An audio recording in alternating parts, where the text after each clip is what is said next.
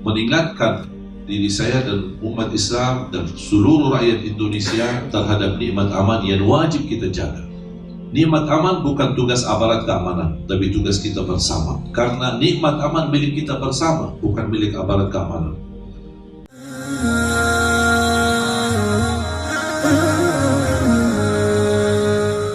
Indonesia yang begitu negara yang besar, 714 suku, budaya berbeda, bahasa berbeda, bahkan agama berbeda, tapi alhamdulillah masih bisa damai, masih bisa sejahtera, masih kita saling menghormati, dan ini merupakan nikmat besar. Karena kedamaian ini terwujudlah nikmat aman di antara kita. Tidak ada ketakutan seorang muslim bersama non-muslim, atau orang non-muslim takut sama orang Islam. Justru saling membantu, dan kita mempelajari dan meyakini akidah kita, lakum dinukum waliyadin. Silahkan agama mana saja kamu ikuti, jangan ganggu agama saya dan menyakiti agama saya. Saya tidak akan membahas agama. Masing-masing memilih agamanya dan bertanggung jawab atas pilihannya. Makanya jemaah sekalian, ini merupakan nikmat yang saya mohon dijaga. Siapapun, berkali-kali ada presiden, berkali ada pemerintahan, jangan harap ada kesempurnaan. Ada perjuangan, di dalam perjuangan ada kekurangan. Kita syukuri ketika kita mendapatkan kebaikan di negeri kita, kita sabar menghadapi ujian, kita menghadapi cobaan atau tantangan. Karena harapan itu belum tentu menjadi kenyataan. Kita boleh harap, tapi jangan keterlaluan harapnya, jangan terlalu besar harapannya. Pasti ada yang berkurang, pasti ada yang kita tidak sesuai impian kita. Kita hadapi, kita sabar, jangan ada yang sempurna.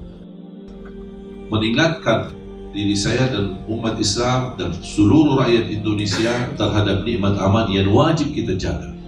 Nikmat aman bukan tugas aparat keamanan, tapi tugas kita bersama. Karena nikmat aman milik kita bersama, bukan milik aparat keamanan. Semakin nikmat aman bisa lancar, aman, sejahtera, damai di Indonesia, akan mudah beraktivitas kita. Makanya Nabi Ibrahim pertama ketika Allah perintahkan hijrah ke Makkah, belum ada apa-apa Makkah ini. Allah perintahkan beliau hijrah, bahkan melepaskan, meninggalkan istrinya dan anaknya Ismail. Apa doa pertama yang dipanjatkan oleh Nabi Ibrahim kepada Allah? وَإِذْ قَالَ إِبْرَاهِيمُ رَبِّ اجْعَلْ هَذَا بَلَدًا آمِنًا. Ya Allah, aku mohon jadikan negeri ini negeri yang aman. Baru dia sebutkan dan datangkan dan murahkan rezekinya. Adanya nikmat aman, wallahi dijamin rezekinya lancar, mudah beraktivitas. Anak kita nyaman pulang pergi sekolahan. Kita beraktivitas mencari nafkah untuk urusan keluarga. Coba sekarang di Timur Tengah, saya orang Timur Tengah, lahir di besar di sana. Coba lihat sekarang apa keadaannya. Mulai dari Irak, dari tahun 90-an sampai sekarang, Irak belum bisa aman. Berapa kali ada perubahan pemerintahan, DPR, MPR, tentara, polisi, semua tetap tidak ada perubahan. Nikmat aman, orang Irak sendiri tidak bisa nyaman. Anaknya bisa pergi ke sekolah, belum tentu pulang.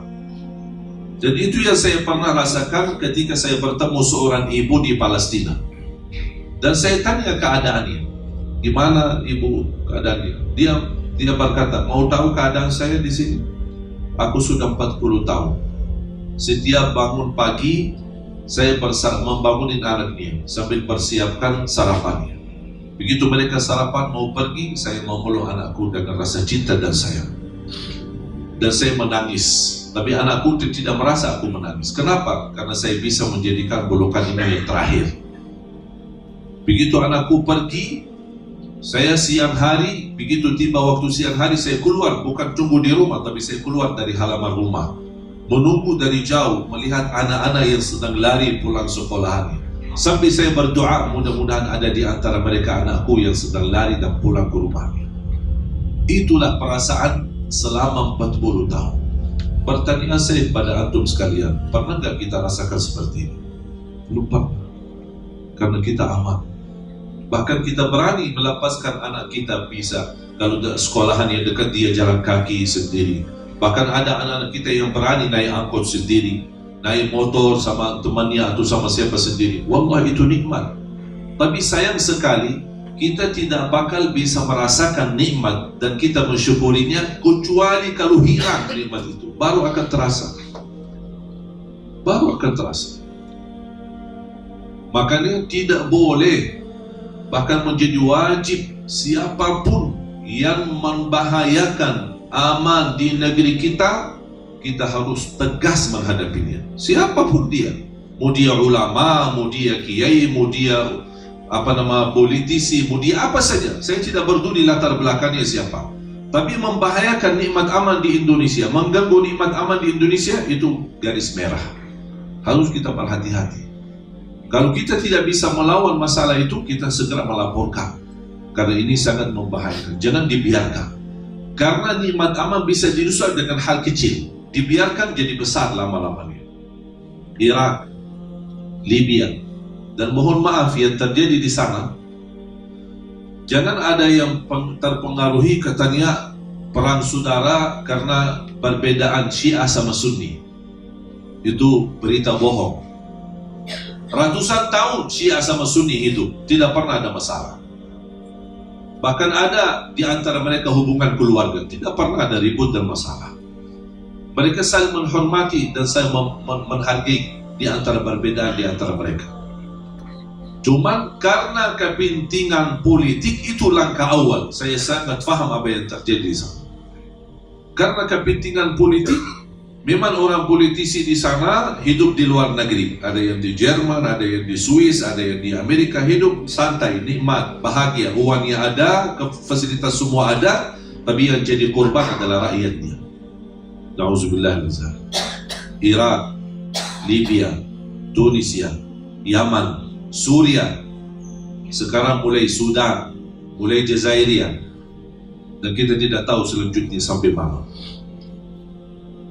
Dan selalu saya berkata, kalau Makkah Madinah bangkitnya, Makkah Madinah datangnya Islam untuk dunia, insya Allah Indonesia bangkitnya Islam untuk dunia. Amin. Tapi Islam yang benar-benar membawa kedamaian.